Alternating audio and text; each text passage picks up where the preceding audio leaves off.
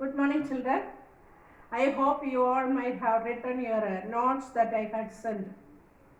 Okay, now look into the page number 103 in your English reader to learn the language in use.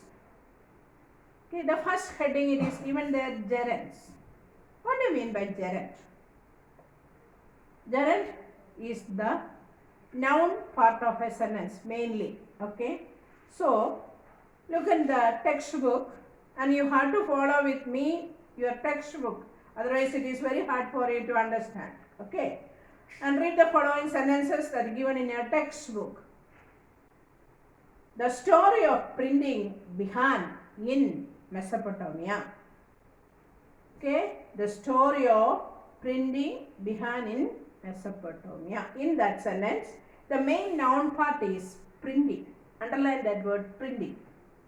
The word print is a verb, but when we add into a ing with that verb, it is function as a noun. Is it clear? Okay. So the print is a verb, but when you are adding ing into it, it will become what? Noun. So we can call it as a gerund.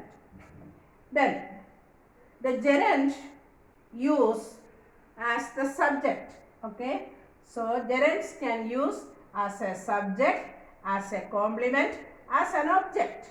You might have learned all these things. What do you mean by subject? Subject is a noun part of a sentence.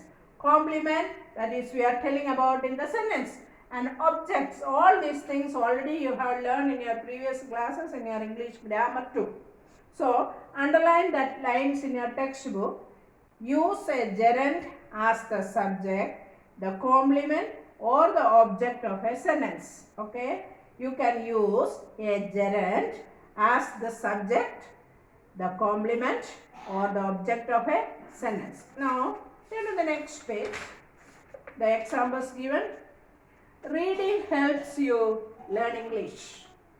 Okay, which is the noun part or a gerund in the reading. Reading helps you learn English.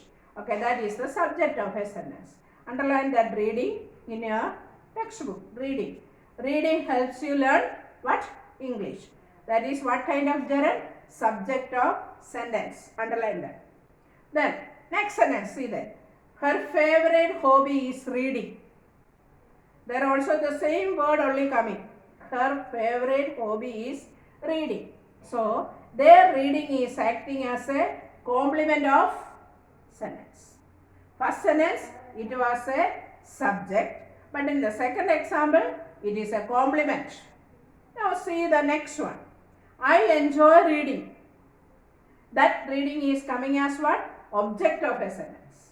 So, the gerund we can use in three forms, which are the subject, complement and object. Is it clear? Okay, now read that paragraph that is given there. I'll read it, but you have to read and find out the correct way how you can use the gerund in a sentence. Participles with ing and gerunds look the same. You can easily find out if an ing word is a participle or a gerund by checking whether it is used as an adjective or a noun.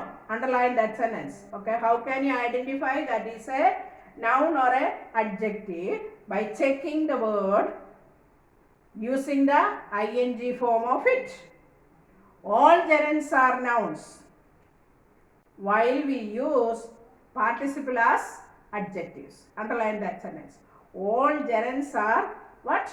Nouns, while we use participles as adjectives. You know what is an adjective? Adjectives is more meaningful to the subject. Okay.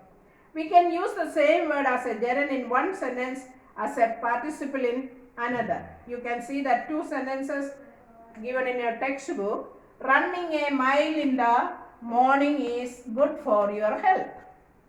Running a mile in the morning is good for your health. So, there the running is used as what? noun, an action gerund.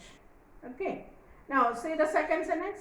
Wash the wounds thoroughly under running water.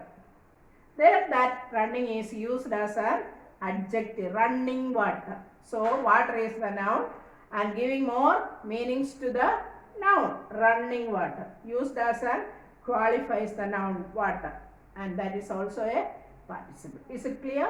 Okay, the following there are sentences given there. That one you can find it by identify the sentences with the gerunds. You can do it by yourself. Then I'll send the answer to check it. Okay. Then rewrite the following sentences using gerunds. That also do it in your rough note. Then when I'll send the answer, you can check it whether you wrote correctly or not. The main thing, you have to read that two paragraph and follow the rules. Okay. Now coming to the next one. In the same page, page number 104, it is given there to infinite. To infinitive. Okay. To infinitive means 2 plus the base form of the verb. Okay. Like to ride. Ride is the base and 2 plus ride. To ride. Okay. And is different from regular verbs, but it does not indicate the time of action, tense or the number of the subject or singular or plural. Okay. So read the following sentence. Coster was among the first to set up a primitive typesetting press. To set up. Okay, that is a verb. So it is to is coming before that word. So it is to infinitive. Is it clear?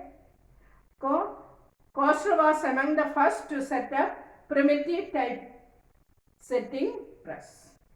And the Reformation and scientific revolution helped to spread, underline that, to spread learning to the masses.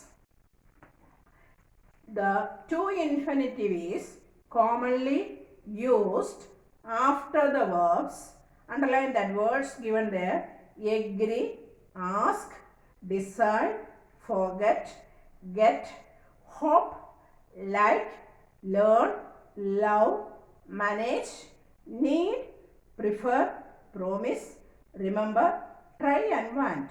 These are the common words that we use to do the infinitive forms of it, to infinitive forms of it. Okay. And there are some sentences given there. Join the sentences using the to infinitive. That one also you try to do by yourself, then I will send the answer. Okay. Then complete the following sentences in the down part using the first conditional. We are talking about the future. We are thinking about the particular condition or situation in the future.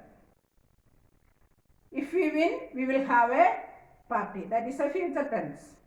So we are talking about the future. We are thinking about a particular condition or a situation in the future.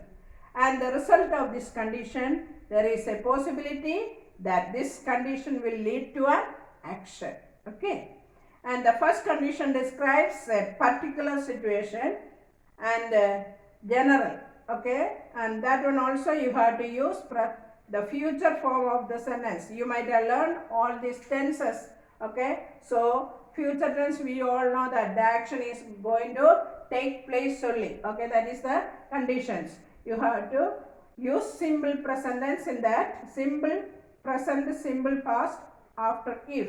Okay. If I am lucky, I will win first prize in running race. Like that. Okay, you can do it. That one also by yourself. The rest of the things, I will send the answer to you. Okay.